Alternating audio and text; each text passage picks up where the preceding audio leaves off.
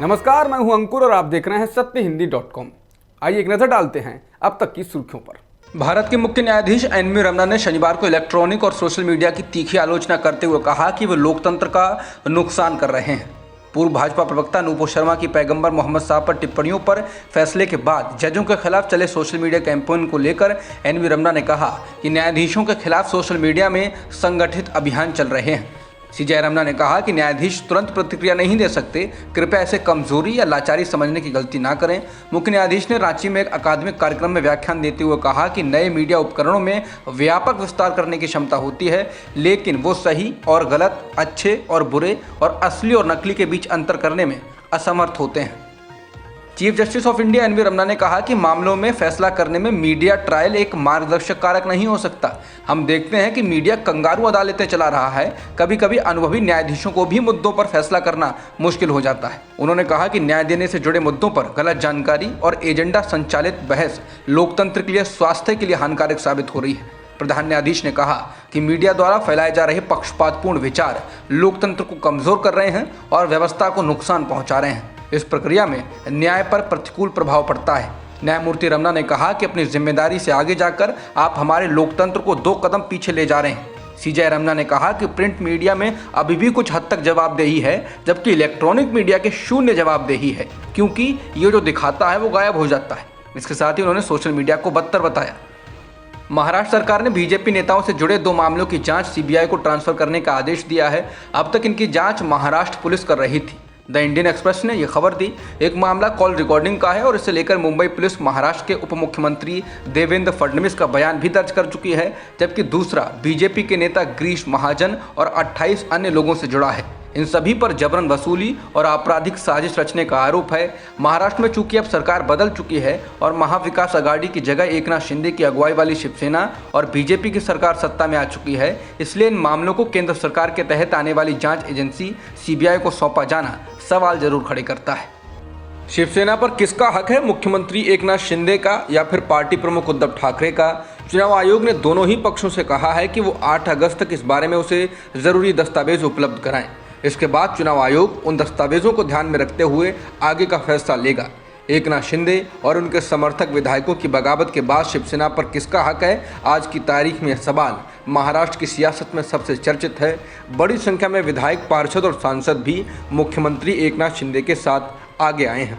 बीते दिनों में एकनाथ शिंदे गुट ने पुरानी राष्ट्रीय कार्यकारिणी को खत्म कर नई राष्ट्रीय कार्यकारिणी चुनी और एकनाथ शिंदे को इसका नेता बनाया गया। शुक्रवार को पश्चिम बंगाल के उद्योग मंत्री पार्थ चैटर्जी के करीबी सहयोगी अर्पिता मुखर्जी के घर पर छापेमारी में ईडी ने 20 करोड़ रुपए कैश जब्त किए हैं। ये छापेमारी एक कथित शिक्षक भर्ती घोटाले को लेकर की गई। अर्पिता मुखर्जी के घर से 20 से ज़्यादा मोबाइल फ़ोन भी बरामद किए गए हैं। ये फ़ोन किस काम के लिए इस्तेमाल किए जा रहे थे, इसके बारे में एजेंसी पता लगा रही है। ईडी ने इसके बाद अर्पिता मुखर्जी को हिरासत में ले लिया। ईडी ने इसके अलावा शिक्षा मंत्री परेश सिंह अधिकारी और विधायक माणिक भट्टाचार्य और अन्य के यहाँ भी छापेमारी की है। पश्चिम बंगाल में प्राथमिक शिक्षकों की नियुक्ति में कथित घोटाले में सरकार में उद्योग और वाणिज्य मंत्री पार्थ चैटर्जी को ईडी ने गिरफ्तार कर लिया है। पार्थ से पिछले 26 घंटों से लगातार ईडी पूछताछ कर रही थी। बता दें, पार्थ बंगाल सरकार के पूर्व शिक्षा मंत्री हैं। इस दौरान शनिवार सुबह पार्थ की तबीयत बिगड़ने की खबर थी, जिसके बाद डॉक्टरों की एक टीम को घर पर बुलाया गया था।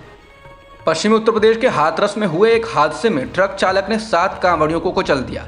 इसमें से 6 की मौत हो गई, जबकि 7वें कांवड़ियों को भी काफी चोट आई है और उसका आगरा के एक अस्पताल में इलाज चल रहा है। ट्रक के ड्राइवर को गिरफ्तार कर लिया गया है। ये सभी कांवड़िए ग्वालियर के रहने वाले हैं। बताना होगा कि इन दोनों सावन का महीना चल रहा है और इस महीने में भगवान शिव के भक्त बड़ी संख्या में हरिद्वार से जल लाते हैं और अपने इलाकों में जाकर भगवान शिव का जलाभिषेक करते हैं। कोरोना की वजह से बीते 2 सालों से कांवड़ यात्रा नहीं हो सकी थी, इसलिए इस बार कांवड़ियों में विशेष उत्साह है और बड़ी संख्या में कांवड़िए तमाम राज्यों से कांवड़ लेकर निकले हैं। सेंट्रल विस्टा प्रोजेक्ट के तहत बनाए जा रहे नए संसद भवन के शीर्ष पर बनाए गए राष्ट्रीय चिन्ह यानी कि अशोक स्तंभ को लेकर विवाद है और अब ये मामला सुप्रीम कोर्ट पहुंचा है। नए संसद भवन पर बनाए गए अशोक स्तंभ में शेरों को अधिक आक्रामक बनाए जाने के खिलाफ 2 वकीलों ने सुप्रीम कोर्ट का रुख किया। याचिका में तर्क दिया गया है कि नए संसद भवन पर बनाए गए राष्ट्रीय प्रतीक में शेर क्रूर और आक्रामक दिखाई दे रहे हैं, उनके मुंह खुले हुए हैं, जबकि सारनाथ के अशोक स्तंभ में शेर शांत और संयम दिखाई देते हैं। याचिका में कहा गया है ये 4 शेर बुद्ध के 4 मुख्य आध्यात्मिक दर्शन को बताते हैं। ये केवल एक डिजाइन नहीं है, बल्कि इसका सांस्कृतिक और दार्शनिक महत्व है। स्वास्थ्य अधिकारियों का कहना है कि अमेरिका में पहली बार बच्चों में मंकी पॉक्स के मामलों की पहचान की गई है। कैलिफोर्निया में एक बच्चे और एक शिशु में इसके लक्षण मिले हैं। दोनों अमेरिकी निवासी नहीं हैं।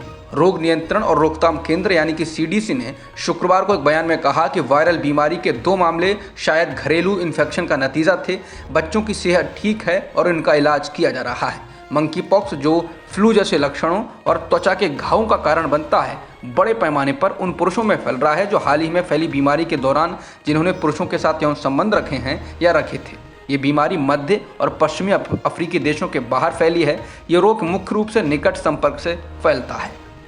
पाकिस्तान के पंजाब में 20 सीटों पर हुए उपचुनाव में इमरान खान की पार्टी PTI ने 15 सीटें जीत ली थीं, जिसके बाद वर्तमान में पाकिस्तान मुस्लिम लीग नवाज के नेता हमजा शहबाज का मुख्यमंत्री पद से हटना तय माना जा रहा था, क्योंकि उनकी सरकार अल्पमत में आ गई थी। हालांकि वो एक बार फिर से पंजाब प्रांत के मुख्यमंत्री बनने में कामयाब हुए। ऐसा पंजाब विधानसभा के डेप्यूटी स्पीकर मोहम्मद मजारी के कारण हुआ। दरअसल डेप्यूटी स्पीकर ने पाकिस्तान मुस्लिम लीग Q के नेता चौधरी परवेज इलाही की ही पार्टी के मतों को खारिज कर दिया। परवेज इलाही को इमरान खान की पार्टी पाकिस्तान तहरीक-ए-इंसाफ का समर्थन था।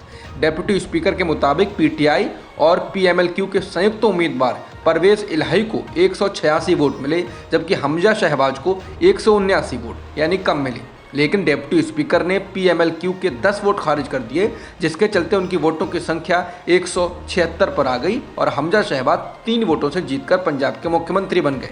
इमरान खान की पार्टी ने इसको वोटों की चोरी बताया है और इसके खिलाफ लोगों से सड़कों पर उतरने का आह्वान किया है।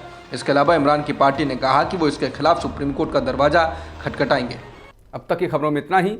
बाकी खबरों के लिए बने रहिए सत्यहिंदी.com के साथ।